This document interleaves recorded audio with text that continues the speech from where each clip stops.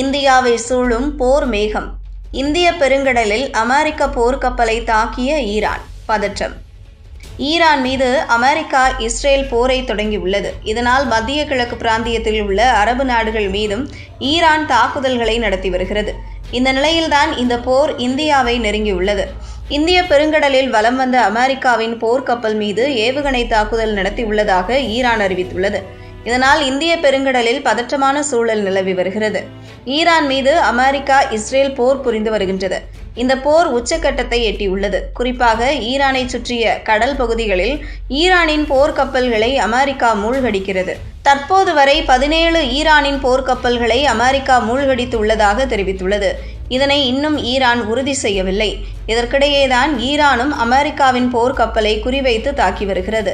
அந்த வகையில் நம் நாட்டின் அருகே உள்ள இந்திய பெருங்கடலில் அமெரிக்காவின் போர்க்கப்பலை தாக்கியதாக ஈரான் தெரிவித்துள்ளது.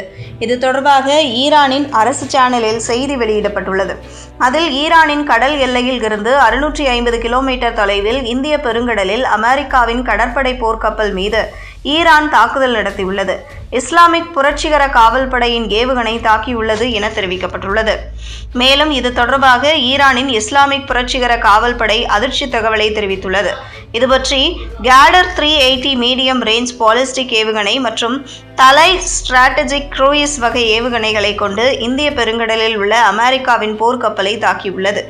ஈரானின் கடல் எல்லையில் இருந்து 600 கிலோமீட்டர் தொலைவில் இந்திய பெருங்கடலில் அமெரிக்காவின் போர்க்கப்பல் எரிபொருள் நிரப்பிக் கொண்டிருந்த போது இந்த தாக்குதல் நடத்தப்பட்டுள்ளது. மேலும் ஈரானின் வார்னிங்கை மதிக்காமல் ஹார்முஸ் ஜலசந்தியில் பயணித்த 10க்கும் அதிகமான கச்சா எண்ணெய் கப்பல்கள் மீது தாக்குதல் நடத்தப்பட்டுள்ளது என தெரிவிக்கப்பட்டுள்ளது. இருப்பினும் இது பற்றி அமெரிக்கா கடற்படை சார்பில் எந்த தகவலும் வெளியிடப்படவில்லை. முன்னதாக ஈரான் சார்பில் அமெரிக்காவின் USS ஆப்ரஹாம் லிங்கன் விமானம் தாங்கி போர்க்கப்பல் மீது தாக்குதல் நடத்தப்பட்டதாக கூறப்பட்டது. ஆனால் அதனை அமெரிக்கா முற்றிலுமாக மறுத்தது. இருப்பினும் கூட தொடர்ந்து ஈரான் மீதான போர் வலுவடைந்து வருகிறது. இஸ்ரேலும் அமெரிக்காவும் இன்று 5வது நாளாக போரை தீவிரப்படுத்தியுள்ளன. அதேபோல் ஈரானும் பதிலடி கொடுத்து வருகிறது. ஈரான் இஸ்ரேல் அமெரிக்கா இடையே நடக்கும் போர் ஏற்கனவே வளைகுடா நாடுகளில் கொந்தளிப்பை ஏற்படுத்தியுள்ளன.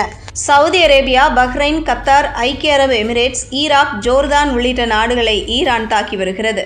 இப்படியான சூழலில் தற்போது ஈரான் போர் இந்திய பெருங்கடல் வரை வந்துள்ளது.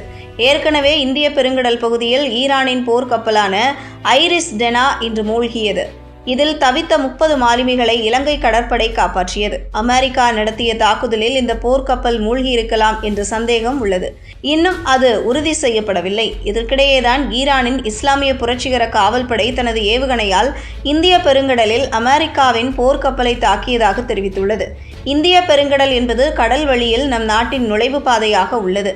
இதனால் இஸ்ரேல், அமெரிக்கா ஆகிய நாடுகள் ஈரான் மீது தொடுத்துள்ள போர் நம் நாட்டை நெருங்கியுள்ளதாக சர்வதேச அரசியல் நிபுணர்கள் எச்சரிக்கை செய்கின்றனர்.